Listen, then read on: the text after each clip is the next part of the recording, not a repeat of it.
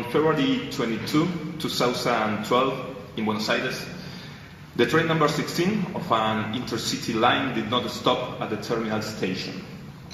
As a consequence of this, 52 people crushed their illusions, their lives, and those of their family against the end of the platform number 2.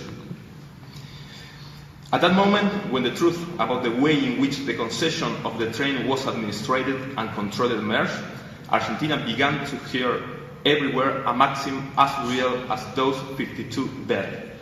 Corruption kills. Corruption kills, and if it doesn't kill, it ruins citizen quality of life. As we say in Argentina, every time we talk and explain the terrible location of our country in the Corruption Perception Index, corruption is a tango that to dance is required 2 dancers. And if civil society doesn't react, doesn't participate, doesn't demand transparency, the civil society is probably putting the music for that dance. Needless to say, the position of our country in that ranking is worse than the result of Argentina when facing Germany in the Football World Cup. In the ranking that was presented a few hours ago, my country got 36 points out of 100 possible. So the challenge for us is enormous. But some good news we have.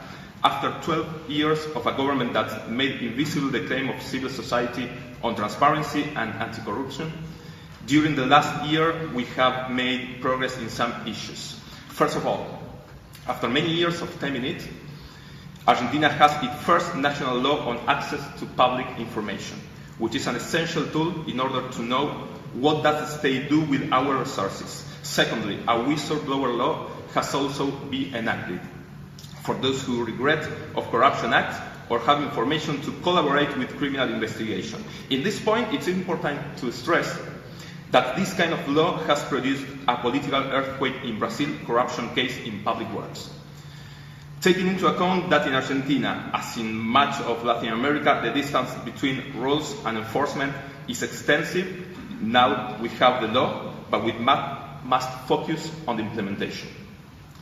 To follow the path of good news, spaces such as G20, Open Government Partnership, and the Anti-Corruption London Summit have put on the international agenda the needs of state making commitments in order to fight corruption, as well as the need for monitoring mechanisms so that civil society can control the fulfillment of those commitments.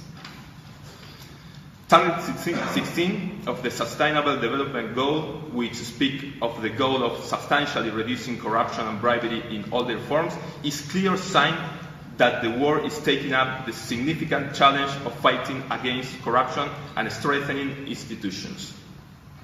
It's clear that Target 16 directly affects the success of all the other SDGs.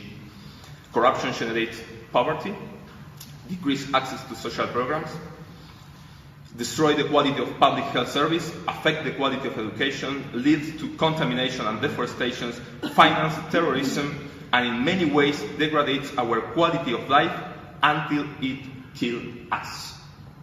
To finally stop seeing the tango as an example of corruption, we must commit government and the private sector in some things.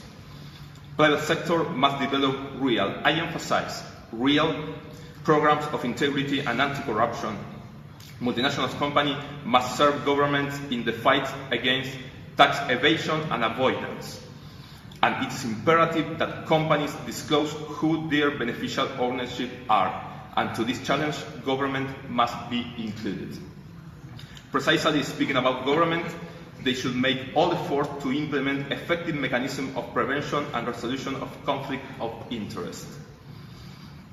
But without a doubt, no corruption nor impunity are going to end if justice is not really independent.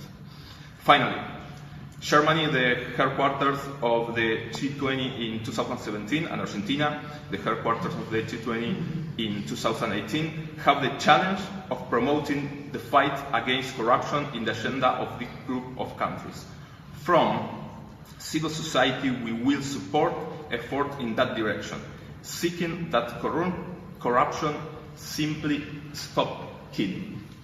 Thank you very much.